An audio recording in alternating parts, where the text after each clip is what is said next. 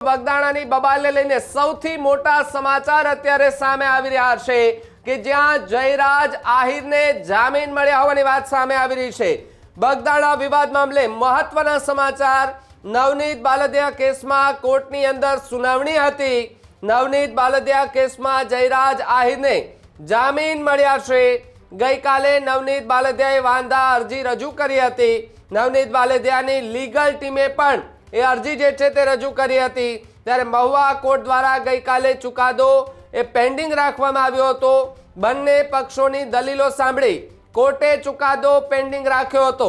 ત્યારે 14 દિવસ બાદ જયરાજ આહિર જે છે તે જેલની બહાર આવશે તેવી વાત અત્યારે જોવા મળી રહી છે। ત્યારે 14 દિવસથી જેલની અંદર બંધ જયરાજ આહિરને લઈને અનેક સવાલો જે છે તે ઊભા થઈ રહ્યા હતા। અનેક ચર્ચાઓ થઈ રહી હતી કે જયરાજ આહિરની મુશ્કેલીમાં વધારો થશે કે પછી કોર્ટની સુનાવણીમાંથી તેમને રાહત મળશે તેવી વાત જોવા મળી રહી હતી।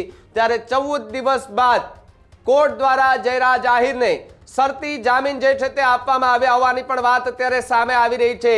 ત્યારે આ મોટા સમાચાર કહી શકાય બગદાણાની બબાલને લઈને કે જ્યાં જયરાજ આહિરને જામીન મળ્યા છે અને થોડી ક્ષણોની અંદર જયરાજ આહિર જે છે તે હવે જેલની બહાર આવશે અને જેલની બહાર આવ્યા બાદ એ શું કઈ પ્રતિક્રિયા આપે છે એ જેલની બહાર આવશે ત્યારે ખબર પડશે। પરંતુ નવનીત બાલદિયા અને લીગલ ટીમે વાંધા અરજી જે છે તે રજૂ કરી હતી અને પહેલા પણ આપણે જોયું હતું કે 8 જેટલા આરોપીઓ હતા તેમના જામીન એ મંજૂર થઈ ચૂક્યા હતા કારણ કે એમણે રેગ્યુલર જામીન અરજી મૂકી હતી। એમના પર કોર્ટે સુનાવણી કરી અને એમને આઠેયને જે કહી શકાય કે જામીન એમના મંજૂર કર્યા હતા। ત્યારબાદ જયરાજ આહિરની જામીન અરજી પર જે છે તે સુનાવણી હાથ ધરવાની હતી। ત્યારે આજે એમને જામીન મળ્યા છે।